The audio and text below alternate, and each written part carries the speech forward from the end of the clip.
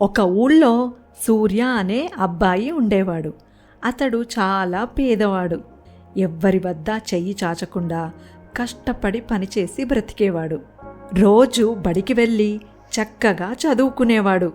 రోజు ఊళ్ళో వాళ్ళు చెప్పే చిన్న చితకా పనులు చేసి డబ్బులు సంపాదించేవాడు.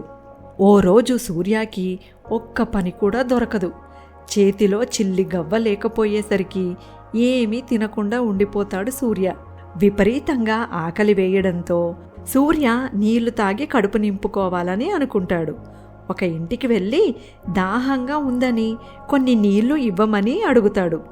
మాసిన బట్టలతో ఉన్న సూర్యాని చూసి నీళ్ళివ్వకుండా తరిమేస్తారు ఇంట్లో వాళ్ళు. అలా ఎవ్వరిని నీళ్ళడిగినా ఇవ్వకపోయేసరికి చివరగా ఒక ఇంట్లో ప్రయత్నిద్దాం అనుకుంటాడు. ఆ ఇంటి తలుపు తట్టగా ఓ యువతి వచ్చి తలుపు తీస్తుంది. ఏం కావాలి బాబు అని అడుగుతుంది ఆమె. చాలా దాహంగా ఉంది, ఒక గ్లాసు నీళ్ళిస్తారా అని అడుగుతాడు సూర్య. సరే అని లోపలికి వెళ్ళిన యువతి ఆ బాబు మొహం చూస్తే దాహంగా కాదు ఆకలిగా ఉన్నట్టున్నాడే అని అనుకున్న యువతి గ్లాసెడు పాలు తీసుకొచ్చి సూర్యకి ఇస్తుంది. పాలు చూసిన సూర్య, అయ్యో నాకు పాలు వద్దండి, నీళ్లు మాత్రమే కావాలి అని అంటాడు.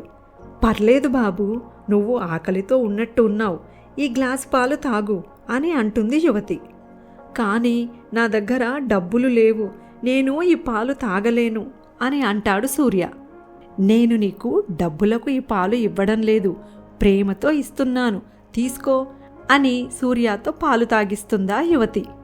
ఎవ్వరూ గ్లాసు నీళ్ళే ఇవ్వలేదు, కానీ ఆమె గ్లాసు పాలు ఇచ్చిందని కృతజ్ఞత నిండిన మనస్సుతో ధన్యవాదాలు చెప్పి వెళ్ళిపోతాడు సూర్య. చాలా సంవత్సరాలు గడిచిన తరువాత ఓ మహిళ ఒక ఆసుపత్రికి వస్తుంది. తనకి ఆరోగ్యం సరిగా లేదని డాక్టర్కి చెబుతుంది. చాలా పరీక్షలు చేసిన డాక్టర్ ఒక అరుదైన జబ్బు వచ్చిందని, దానికి చికిత్స కోసం ఆసుపత్రిలోనే ఉండాలని సూచిస్తాడు. ఆసుపత్రిలో చేరిన ఆ మహిళను నిరంతరం ఆ వైద్యుడు పర్యవేక్షిస్తూ వైద్యం చేస్తాడు. సిబ్బంది కూడా ఆమెకు ఎక్కడా ఇబ్బంది కలగకుండా దగ్గరుండి చూసుకుంటారు. అలా చాలా రోజులు వైద్యం చేసిన తరువాత మహిళ కోలుకుంటుంది. ఇప్పుడు మీకు నయమైంది, ఇంకా మీరు ఇంటికి వెళ్ళవచ్చు అని చెబుతుంది నర్సు.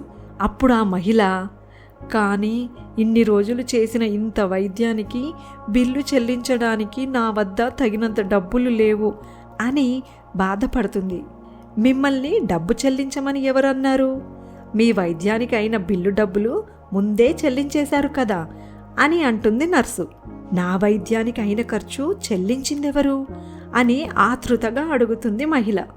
డాక్టర్ సూర్య మీ బిల్లు చెల్లించి మీకు ఈ చీటీ ఇవ్వమన్నారు అని ఒక కాగితం మహిళ చేతిలో పెడుతుంది నర్సు.